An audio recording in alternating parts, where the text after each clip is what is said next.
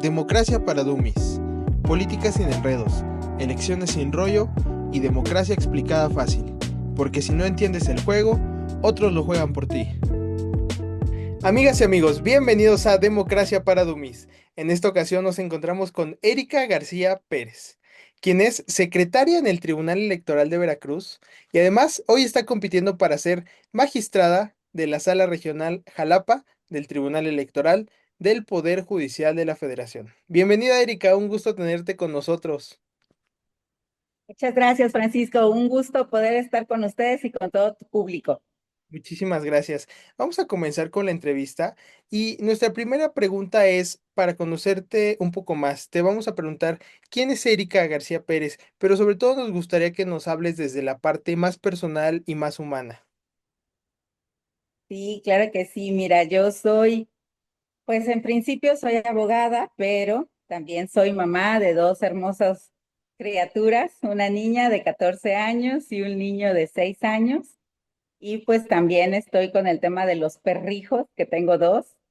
Uno que recogimos de la calle porque en realidad estaba muy maltratado el pobrecito y lo adoptamos y bueno, en realidad ahora ya es parte de la familia y él ya se ha vuelto así como el rey de la familia, ¿no? Por decirlo de alguna forma. Pero pues en realidad mi vida se compagina entre lo laboral y entre la vida familiar con mis hijos y con mis mascotas. Y es un poco complicado, sobre todo en la materia electoral, porque tenemos plazos súper cortos y en proceso electoral, pues todos los días y horas son hábiles, entonces sí se vuelve ahí un poco complicado, pero ahí vamos compaginando una cosa con otra. Claro que sí. Además, pues sí, tal cual lo comentas, la función electoral, pues nunca descansa y sobre todo ahorita que nos encontramos en medio de un proceso muy inédito. Así es. Y también en Veracruz que se eligen presidencias municipales, ¿no? Sí, bueno, acá ahorita estamos viviendo un poco la locura porque en realidad tenemos el proceso federal de personas juzgadoras, pero también nosotros tenemos proceso ordinario para renovar ayuntamientos y además tenemos proceso de personas juzgadoras a nivel local. Entonces estamos hablando que en Veracruz tenemos como tres tipos de proceso y con ello pues implica la locura en cuanto a plazos y todo eso, ¿no? Tan solo por ponerte un ejemplo, el día de la jornada electoral, pues en Veracruz tendremos dos casillas, una que va a ser para la elección ordinaria de ayuntamientos y la otra casilla que será para personas juzgadoras.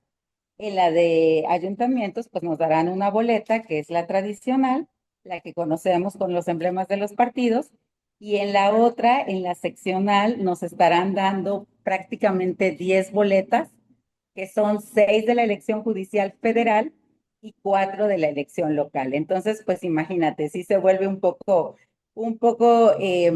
complicado el tema, sin embargo, no imposible, ahí vamos avanzando.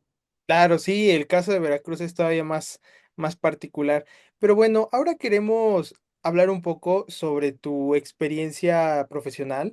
Entonces, pero lo queremos hacer a través de que tú nos cuentes alguna anécdota o reto que hayas enfrentado a lo largo de estos años de tu trayectoria laboral. Sí, claro que sí. Fíjate que de mis primeros trabajos fueron como capacitadora asistente electoral del INE, bueno, perdón, del entonces IFE. Y me acuerdo que uno de los principales retos, por decir que en aquel entonces me marcó, fue lo que tenía que ver con la integración de las mesas directivas de casilla, porque me acuerdo que capacité a todos mis funcionarios y el día de la jornada electoral me llegó la mitad de funcionarios. Entonces, recuerdo muy bien eso, porque tuve que correr para todos lados para buscar quién pudiera fungir y ocupar los lugares que me habían quedado vacantes, ¿no?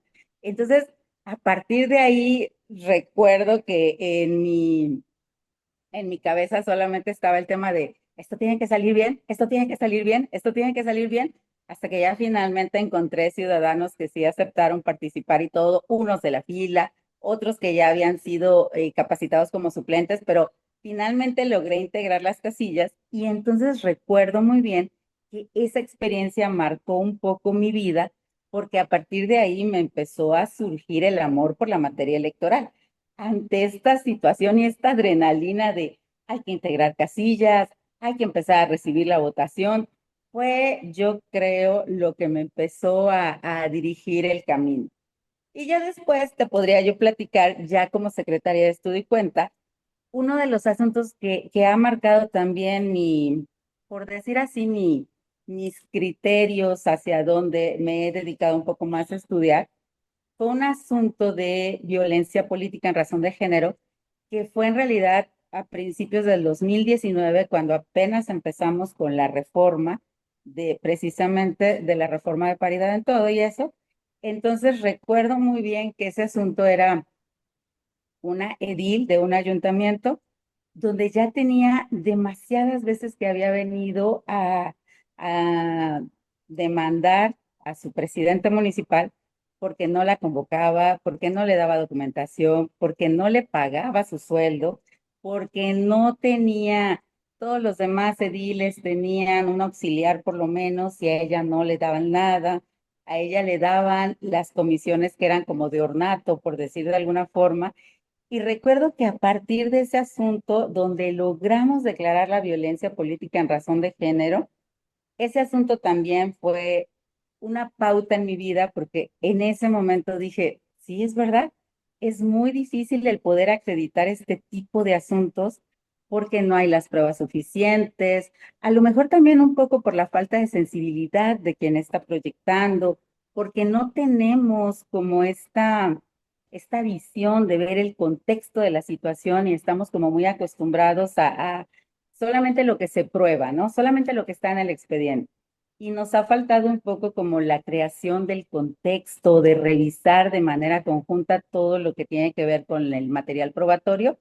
Y recuerdo que esta sentencia sí me dio la pauta para empezar a investigar más sobre este tipo de asuntos. Y bueno, a partir de ahí empecé a especializarme en este tipo de asuntos. Claro, y es muy interesante esta trayectoria que nos compartes, porque, por decir de alguna forma, ser capacitador asistente electoral puede considerarse como una posición modesta dentro del sistema electoral. Y bueno, ahora has llegado ya a ser secretaria de Estudio y Cuenta. A lo que voy con este comentario es que los retos en materia electoral están presentes desde el nivel de abajo hasta los más altos. Así es correcto. Yo recuerdo, de hecho, el nivel de capacitador asistente electoral es el último escalón, ¿no? O si lo queremos ver a la inversa, es el primer escalón para empezar a tener carrera en materia electoral. Pero yo recuerdo que para mí, cuando logré ver en las noticias que se habían instalado tantas casillas, no, para mí eso fue así como de, lo hicimos, lo logramos. Y sí, efectivamente, a partir de ahí empecé a tener distintos cargos hasta que finalmente pues ya estoy ahora en la parte jurisdiccional, pero te podría yo decir que al haber empezado desde ser capacitador, me dio la pauta para poder ver la dificultad que es no solamente todo lo que se va haciendo en las etapas que realiza ahora el INE o los soples en los estados, sino también hay una dificultad el día de la jornada, que es que a veces la gente no quiere participar por todos los rumores que hay o por toda la violencia que hay. Y entonces, en realidad, ese día de la jornada también es prácticamente misión imposible lograr instalar casillas, lograr recibir la votación, lograr salvaguardar la votación en muchos ayuntamientos donde hay muchos actos de violencia. Entonces, en realidad, sí te da una perspectiva diferente al momento de resolver las impugnaciones derivadas de todo lo que sucede en la etapa de la jornada electoral. Entonces, yo realmente considero que mi experiencia se ha compaginado con todos los diversos cargos que he venido ostentando a lo largo de mi trayectoria. Por supuesto. Y además, un trabajo muchas veces que no se le da el reconocimiento que se merece, porque pues es fundamental para todo el proceso electoral, las personas capacitadoras. Así es, Pero bueno, así es. ahora pasemos un poco a hablar sobre la reforma al Poder Judicial. Queremos saber tu opinión en general sobre esta reforma. Pues mira, considero que ha sido muy polémica desde el año pasado, desde que estaba, pienso yo, como en la preparación de lo que fue ya realmente la jornada. Fue polémica, pero sin embargo, ahora que ya la tenemos, creo que es una reforma que tiene áreas de oportunidad, pero creo que también tiene cosas bondadosas. Una de esas cosas bondadosas es, por ejemplo, desde mi punto de vista, claro, el tema de que siempre había sido como una crítica constante que en el Poder Judicial hubiera más hombres que mujeres en cargos de jueces y de magistraturas, porque en los cargos de oficiales y eso había muchas mujeres, eso sí, pero en cargos de jueces y magistraturas siempre en su mayoría eran hombres. Y después el Poder Judicial tuvo esta iniciativa de, bueno, sacar convocatorias exclusivas para mujeres. Sin embargo, las terminaban declarando desiertas, porque entonces o bien no alcanzaban los promedios o bien no se inscribían determinado número de mujeres. Y entonces decían, pues es que aquí está la convocatoria, pero no hay quien se inscriba, no hay quien quiera. No es cierto, en realidad en su mayoría las mujeres tenemos el tema de la doble jornada laboral. Terminamos la jornada remunerada en donde estemos recibiendo un sueldo y nos vamos a la otra jornada, que es la que hacemos en casa, con los hijos, con la familia, con el cuidado propio de la casa. Entonces, en realidad, pues no había como esta igualdad para competir con todos los hombres, ¿no? Una de las bondades de la reforma es que en realidad establece cuáles van a ser los lugares donde se tengan que inscribir mujeres en su mayoría, cuántos espacios deben de ser considerados para mujeres. Entonces, en realidad me parece que ahí es una garantía de que sí o sí habrá lugares establecidos para mujeres, así como también habrá lugares para hombres, ¿no? Pero en este caso en particular de mujeres, a mí me parece un acierto de la reforma el que ya estén establecidos dónde van mujeres y cuántas mujeres, dónde van hombres y cuántos hombres. Entonces, creo que así como tiene áreas de oportunidad que habrá que mejorar para el 2027, me parece que también tiene bastantes aportes, pues que debemos de aprovechar, ¿no? Desde luego. Además, esa parte que comentas sobre la paridad, que ahora la integración del Poder Judicial va a ser paritaria, bueno, más que paritaria, porque puede que haya más del 50% de mujeres. Entonces, eso es algo muy valioso, más allá de las cuestiones técnicas que se pudieran llegar a debatir sobre, por ejemplo, el voto directo a las personas juzgadoras o el Tribunal de Disciplina Judicial, muchas cosas que pueden seguir estando en debate y que son cuestiones técnicas. Lo que es un poco más tangible es que, pues definitivamente va a haber más mujeres en el Poder Judicial de la Federación que antes. Así es, yo también coincido con eso. Habrá más mujeres y bueno, a partir de ahí creo que eso nos da, empezará a dar como un margen o una pauta para de ahí en adelante, ¿no?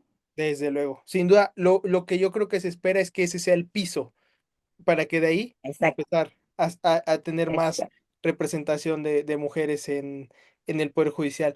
Pero muy bien, ahora queremos hablar un poco sobre tu candidatura y para ello queremos que nos cuentes por qué quieres ser magistrada de la Sala Regional Jalapa. Sí, mira, en realidad considero que tengo la experiencia suficiente para poder servir en esta materia, porque además esto tiene que ser como vocación de servicio. En esa medida que lo veamos así, considero que vamos a dar un mejor servicio, que sería la impartición de justicia. Me parece que tengo la empatía suficiente para entender los asuntos y no solamente verlos como expedientes, como números, no. Cada asunto que nos llega realmente es una vida que viene ahí.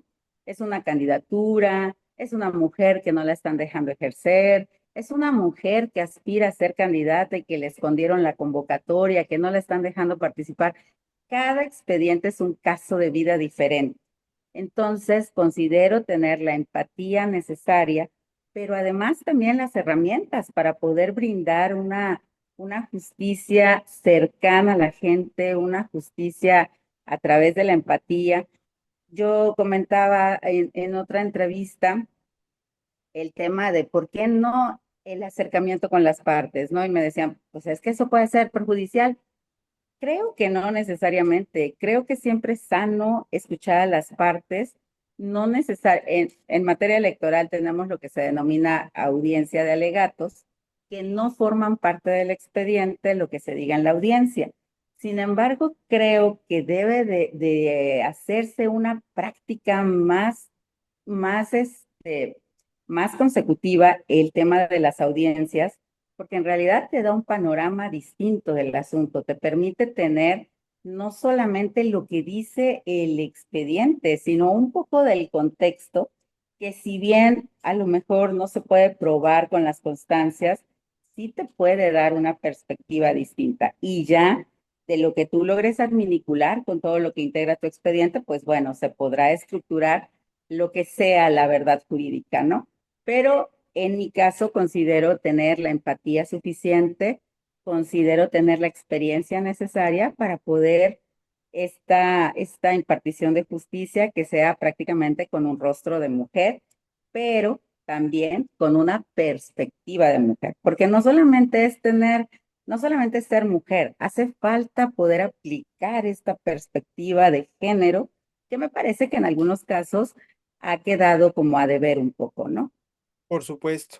Creo que sí es muy importante eso que nos comentas, porque esa parte de la empatía, de no ver los asuntos como un número más o como un número de expediente que simplemente sirve para cuestiones de estadística y muchas otras cosas, sino tal cual lo comentas, o sea, son casos de vida, se trata de personas jugándose conflictos en materia electoral que para nada son fáciles, son cosas con mucha pasión, con muchos intereses de por medio que entonces pues hay que tener la empatía suficiente, como tú lo comentas, para poder tener una visión más amplia de cómo se podría resolver adecuadamente. Así es, tan solo por ejemplo, acá en Veracruz ahorita con la elección de ayuntamientos, podemos ver que en realidad las elecciones de ayuntamientos siempre son más apasionadas que las de diputaciones. Y eso obedece a que prácticamente en el municipio tu autoridad más cercana, pues obviamente es el presidente municipal. Entonces, en verdad, la gente sale, combate, está al pendiente. Entonces, cuando llega un asunto de un municipio en una elección de ayuntamientos, sí es analizarlo como un caso de vida, como una situación no nada más de estadística, sino como una historia de vida que viene plasmada en ese expediente y que hay que empezar a desenmarañar, ¿no? Para encontrar prácticamente pues la verdad. Por supuesto. Ahora, Erika, compártenos, sabemos que tienes diversas propuestas en caso de que llegues a ser magistrada, pero compártenos tu principal propuesta. ¿Cuál es la propuesta que más abanderas en este caso? Fíjate que efectivamente, como dices, son varias, pero la principal que considero desde mi punto de vista la más relevante es esta de enfocarnos en juzgar con una verdadera perspectiva para todos los que integran los grupos en situación de vulnerabilidad.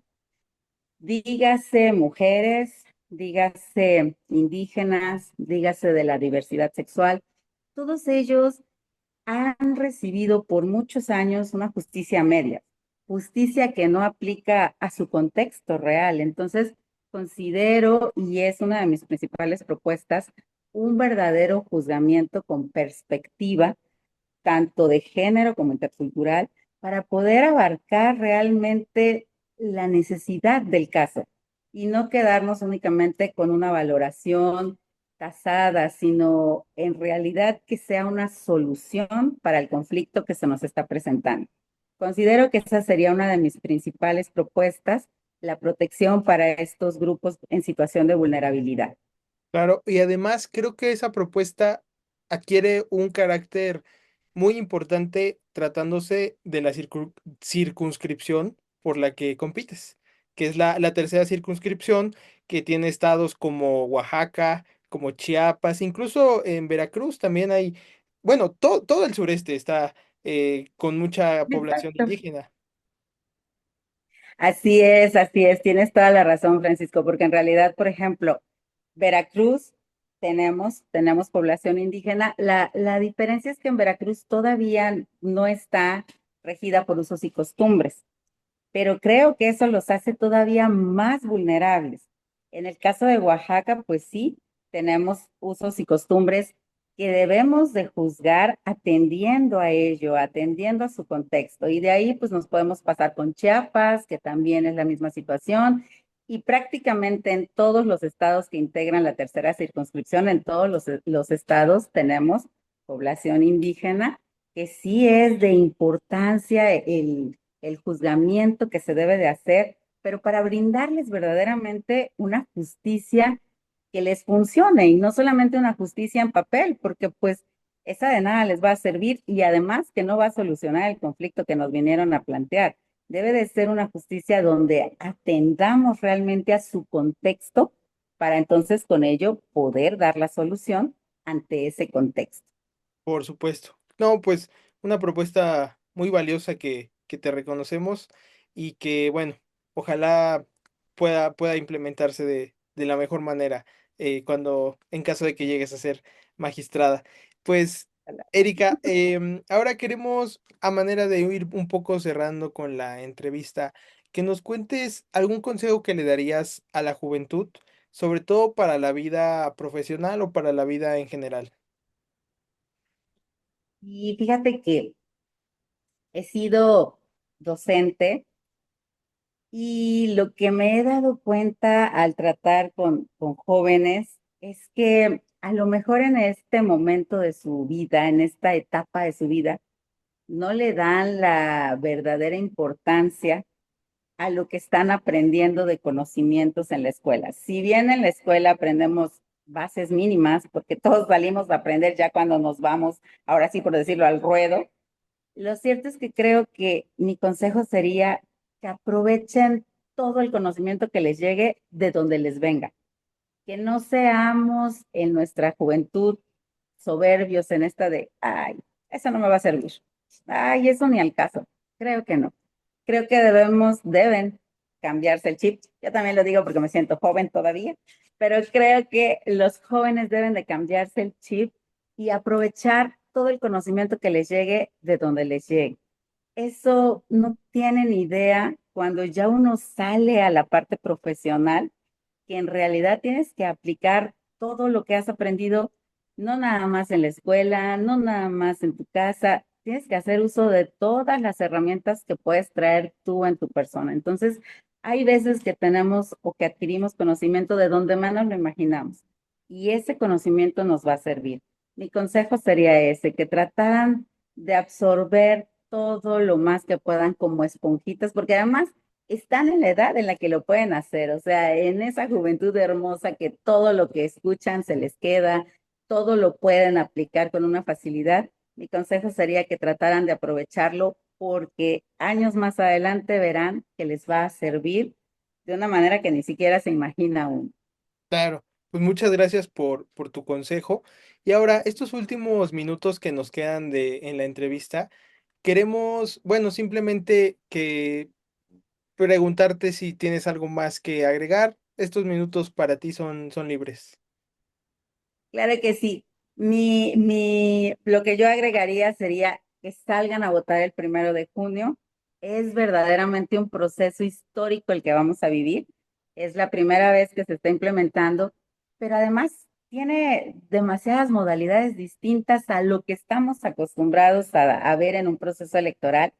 Yo sí los invito a que no echen en saco roto esta oportunidad de ir, votar, ver desde cómo son las boletas, cómo va a ser solamente una urna en esta ocasión, porque venimos acostumbrados pues, a las tantas urnas como tantas elecciones tengamos, ¿no? En este caso va a ser una sola urna, entonces yo sí los invito a que vayan, a que voten, que nadie les cuente, que ustedes puedan ir, ver y ustedes después puedan ser quienes platiquen o digan, ya sean cosas buenas o ya sean lo que hayan ustedes visto que crean que se debe de corregir, mejorar o perfeccionar, pero sí es importante que salgamos a votar ese día. Por supuesto. ¿Y nos podrías contar tu número y de qué color es tu boleta? Claro que sí, mi boleta es color melón y mi número es el número 5. Entonces, voten en la boleta melón 5 con el corazón. Muy bien. Pues Erika, muchísimas gracias por tu tiempo, por todo lo que nos estuviste compartiendo en estos minutos. Y también nosotros les hacemos la invitación de que participen, de que salgan a votar el próximo 1 de junio, que se informen también, que tomen una decisión informada. Y pues bueno, muchísimas gracias. Al contrario, muchísimas gracias a ti y un saludo a todo tu público. Muchas gracias. Hasta pronto.